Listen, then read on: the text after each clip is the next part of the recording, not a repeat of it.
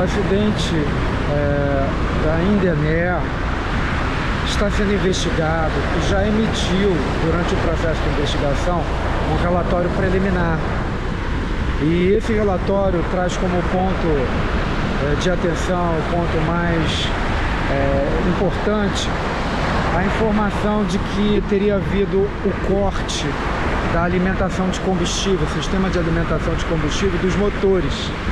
Isso segundos após iniciada a decolagem. Esse sistema é um sistema independente de alimentação,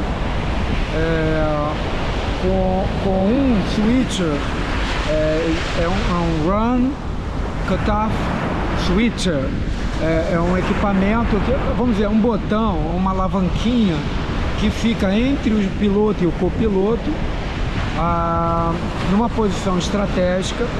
E esse sistema de acionamento, né, esse switcher, essa alavanca de comutação, que na verdade pode se chamar de um botão, uma alavanquinha, né, ele é muito engenheirado. Desde os anos 50, a engenharia de fatores humanos tenta proteger equipamentos e sistemas que são críticos de atos operacionais humanos não desejados ou indevidos, ou com uma consciência situacional baixa, que é isso, você não perceber e executar uma operação, uma alteração de status num sistema de uma forma sem perceber ou por acidente. E esse é um típico sistema em que você não quer desligar o combustível por acidente. Muitas pessoas podem perguntar assim: por que vou ter uma alavanca para desligar o combustível de uma aeronave? Imagine que quando ela está em solo e desliga, você tem partes quentes no motor, você vai ter uma série de situações de manutenção, de movimentação de carga, veículos próximos. Nesse momento é interessante você cortar o combustível para evitar qualquer falha, qualquer ligação errada dos motores que possa gerar, por exemplo, empuxo, né, sucção de materiais, até pessoas que possam estar por ali. Então você, dentre as operações de proteção, camada sobre camada, você tem a operação de desligar, cortar o combustível quando está em solo, quando a aeronave está parada, né? Também durante o voo pode acontecer um incêndio em um dos motores, aí você vai lá e corta a alimentação de combustível.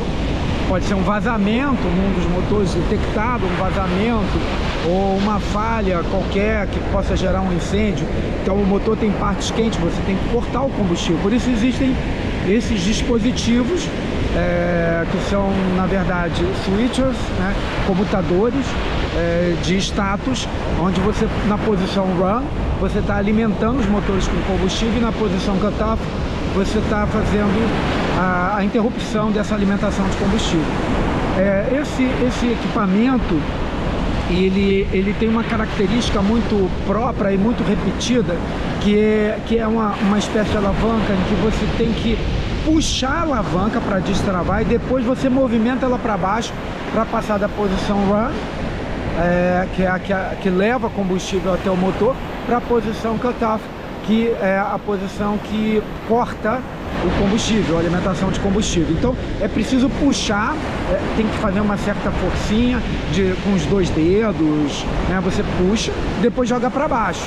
Além disso, ainda tem duas proteções físicas, tipo um meio arco de cada lado, para não ter nenhum esbarrão.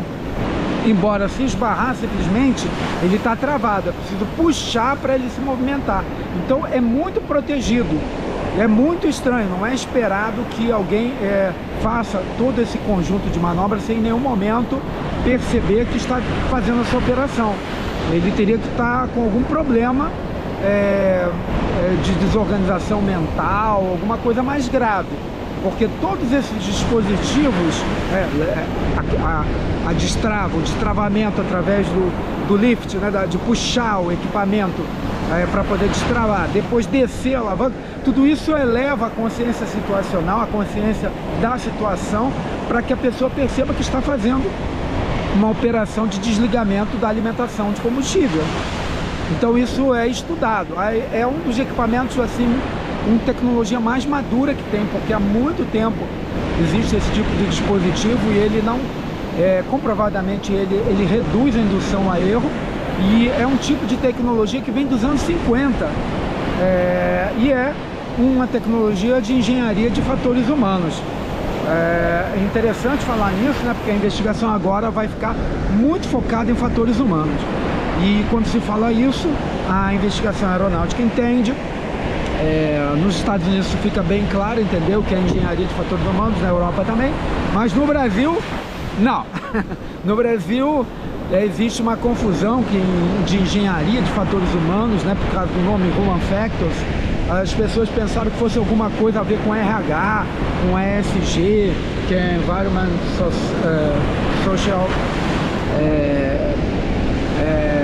Governance, que é outra área de comportamento e psicólogos e um monte de coisa que agrega, é bom, mas é outra área.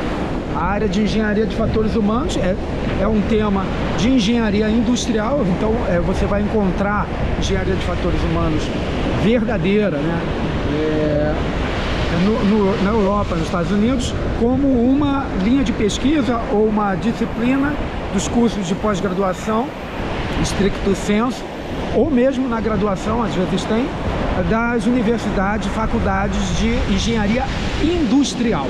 Se não for de engenharia industrial, tem muita gente boa de outras áreas, de outras engenharias que estão tentando, pensando que estão fazendo engenharia industrial e Human Factors e não segue o programa, né, dessa tecnologia. E agora a investigação vai ser toda focada em Human Factors.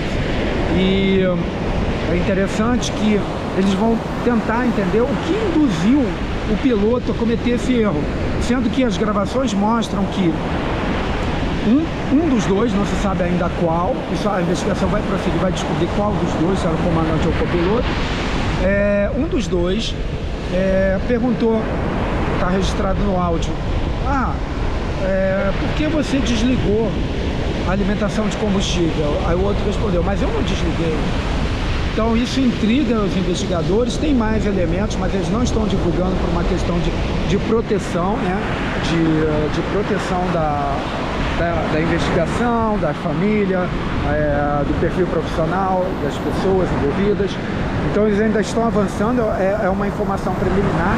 Esse tipo de informação é veiculada por uma questão de segurança, é um alerta, na verdade, já que já se tem certeza que isso aconteceu, é melhor alertar, que houve ali uma falha. No meu entendimento, essa linha de pesquisa vai andar muito na área de fatores humanos, mas ela tem que também percorrer a questão da aviônica, a questão da automação da aeronave, que tem evoluído muito, se sofisticado muito, e eu creio que é uma oportunidade de melhoria dessas informações que já foram apuradas, investigar se a aviônica, se a automação, se existe algum intertravamento lógico que pudesse, de alguma forma, resultar no corte da alimentação de combustível de ambos os motores, independentemente da questão do acionamento pelos pilotos, ou seja, alguma coisa que, pela automação, pelo computador de processo, pelo sistema de intertravamento de toda a aviônica, que é a eletrônica da aviação, do avião,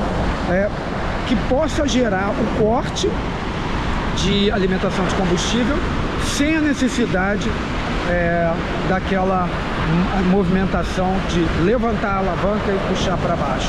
E seria que fazer isso duas vezes, um para cada motor, que com uma mão só não dá para fazer os dois. Teria que ser um esforço enorme, e jamais iria fazer isso sem ter a certeza do que estava fazendo. Então, esses são os aspectos agora que a gente precisa aguardar a investigação evoluir.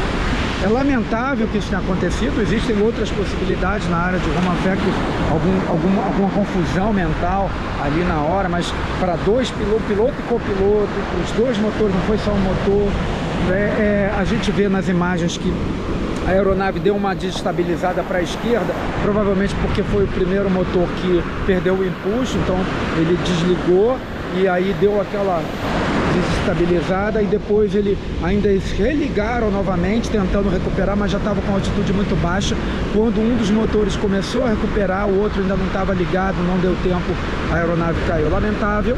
Então é preciso investigar. Caso não tenha nenhuma questão de lógica, de entretravamento, de aviônica, se não tem nada que pudesse fazer isso, se não usar as alavancas, a área de fatores humanos vai ter que investigar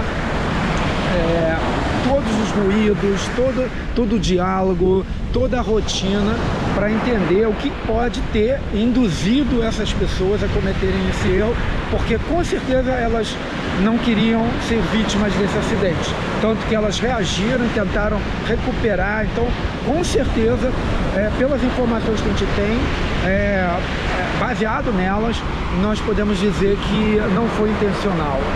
Então é preciso avaliar isso. A gente, na medida em que a investigação for andando, a gente vai ter essas informações melhores apuradas.